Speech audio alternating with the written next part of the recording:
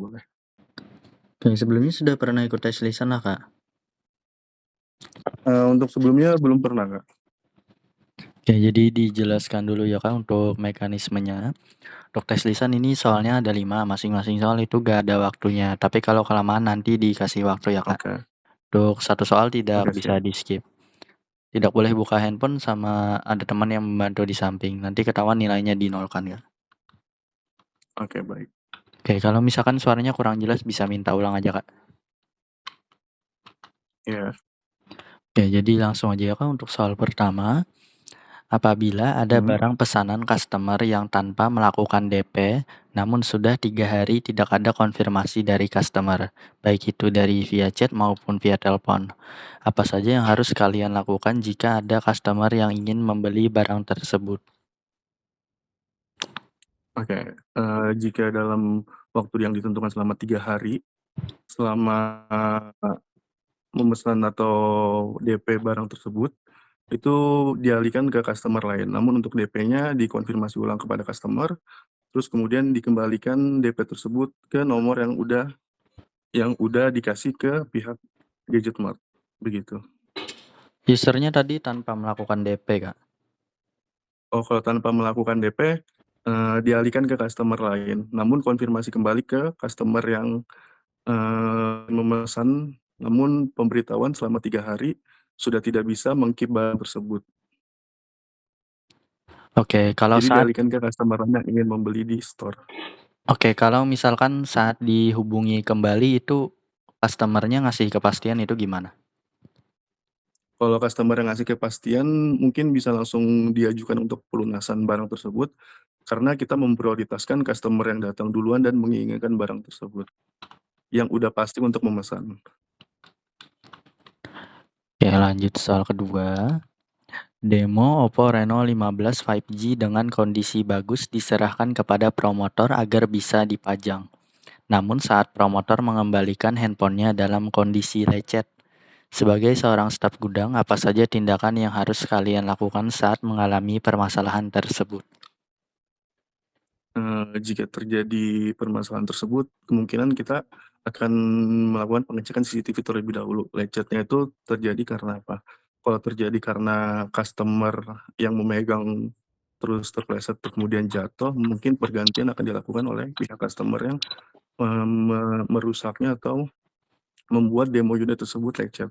Namun jika hal tersebut terjadi karena promotor, mungkin diinformasikan ke promotor tersebut bahwasannya kita memberikan barang tersebut dalam keadaan rapi, bagus, dan mulus, jadi harus dikembalikan dalam keadaan seperti semula juga. Begitu. Oke, itu aja ya, Kak. Iya, dan mungkin meminta pertanggungjawaban ke promotor dan brandnya tersebut. Karena kesalahan tersebut terjadi bukan dari staf gudang ataupun pihak Gadget Mart. Oke, lanjut soal ketiga. Apa yang harus dilakukan apabila kalian menemukan stok barang yang saat dicek tidak terdata ke dalam sistem sebagai stok?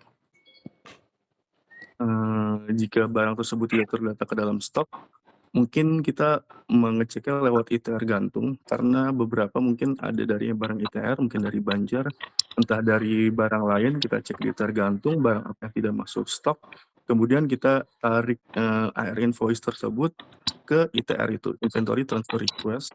Setelah di copy paste, kemudian kita cek ternyata barangnya sama dengan email yang sama, terus kita add di sistem tersebut, kemudian balik lagi ke AR invoice untuk melakukan pengecekan apakah sudah masuk ke stok gudang dengan kode BP2 untuk Balikpapan Sudirman.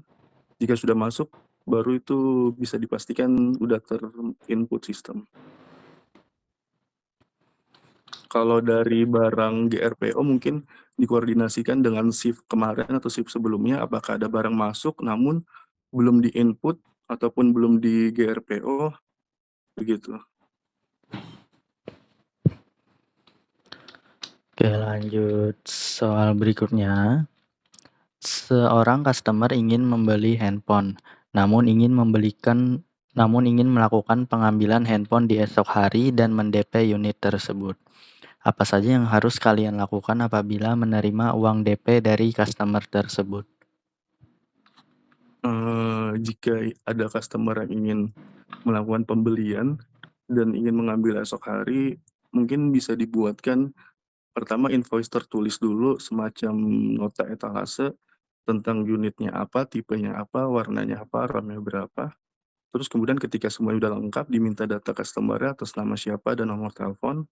Setelah kertas atau nota etalasenya itu udah berhasil kita pegang, terus kita masukkan ke sistem di ARDP atau AR Down Payment di sistem invoice. Untuk nantinya ketika esok hari terjadi pelunasan, kita tinggal memasuki AR invoice tersebut agar mengurangi harga total yang DP-nya tadi udah dikasih. Kurang lebih seperti itu. Oke, itu aja ya, Kak. Iya. Oke, lanjut soal terakhir. Jika SM meminta barang untuk di COD-kan, apa saja yang harus kalian lakukan sebagai gudang atau kasir? Jika ada barang yang ingin di-COD-kan, pertama konfirmasi terlebih dahulu tentang spesifikasi tipe HP-nya apa, brand-nya apa, selengkap mungkin agar tidak terjadi kesalahpahaman. Terus kemudian menginformasikan tentang harga tersebut, udah dilakukan pembayaran berapa, terus kemudian kita masukkan ke sistem, kita input ke sistem. Setelah diinput di sistem, kita melakukan add and new untuk AR invoice, kemudian kita melakukan pencetakan nota di mesin printer. Kurang lebih seperti itu. Oke, jadi untuk tesnya sudah selesai ya, Kak, dan untuk jawabannya ada sedikit yang perlu ditambahkan. Untuk soal pertama, apabila ada barang pesanan customer yang tanpa melakukan DP namun sudah 3 hari tidak ada konfirmasi dari customer, baik itu dari via chat maupun telepon, apa saja yang harus kalian lakukan jika ada customer yang ingin membeli barang tersebut? Pertama, bisa kita pastikan kembali ke customer dengan menghubungi customer tersebut. Jika customer memberi kepastian untuk membeli, maka kita wajib meminta DP agar kita bisa menginfokan ke customer yang ingin membeli barang tersebut bahwa barang yang ingin dibeli sudah di-keep customer lain. Tapi jika tidak ada kepastian, maka barang tersebut kita infokan kepada customer yang memesan bahwa barang tersebut akan kita jual ke customer lain tadi. Terus untuk soal kedua, demo Oppo Reno 15 5G dengan kondisi bagus diserahkan kepada promotor agar bisa dipajang. Namun saat promotor mengembalikan handphonenya dalam kondisi lecet.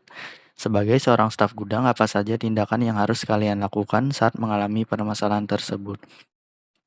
Pertama, memastikan adanya tanda terima barang antar gudang dan promotor. Lalu melakukan cross-check unit tersebut secara bersama-sama. Tanyakan kepada promotor tersebut alasan kerusakannya karena apa, dan terakhir konfirmasi ke SM untuk tindakan selanjutnya. Terus untuk soal ketiga, apa yang harus dilakukan apabila kalian menemukan stok barang yang saat dicek tidak terdata ke dalam sistem sebagai stok? Pertama, lakukan pengecekan di sistem SAP di Inventory Audit Report untuk memastikan apakah barangnya tersebut sudah diinput atau belum. Setelah itu koordinasi ke MP terkait. Apakah unitnya itu merupakan barang stok jual atau sebagai gift? Setelah itu konfirmasi ke SM atau accounting untuk tindakan selanjutnya. Terus untuk soal keempat, seorang customer ingin membeli handphone namun ingin melakukan pengambilan handphone di esok hari dan men-DP unit tersebut. Apa saja yang harus kalian lakukan apabila menerima uang DP dari customer tersebut? Pertama tadi yaitu input ARDP sesuai nominal yang dibayarkan. Dan kedua, memisahkan barang DP tersebut dan memasukkan barang tersebut ke gudang KIP. Oke, terus untuk soal terakhir, jika SM meminta barang untuk di-COD-kan, apa yang harus kalian lakukan sebagai gudang atau kasir? Yang harus dilakukan yaitu wajib menginput barangnya terlebih dahulu sebelum barang diserahkan ya, Kak. Oke, untuk tesnya sudah selesai. Mungkin ada yang mau ditanyakan, Kak? Mungkin cukup dimengerti. Oke, tesnya sudah selesai ya, Kak. Makasih, Kak. Oke, baik.